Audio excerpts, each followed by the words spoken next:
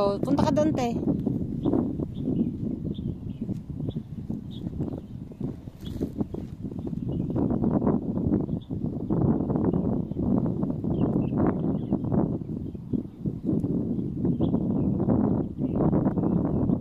Safe siya, sabi ko sa'yo eh. Ha? Safe siya, akyat ka. Kasi meron namang ano dyan sa likuran mo eh.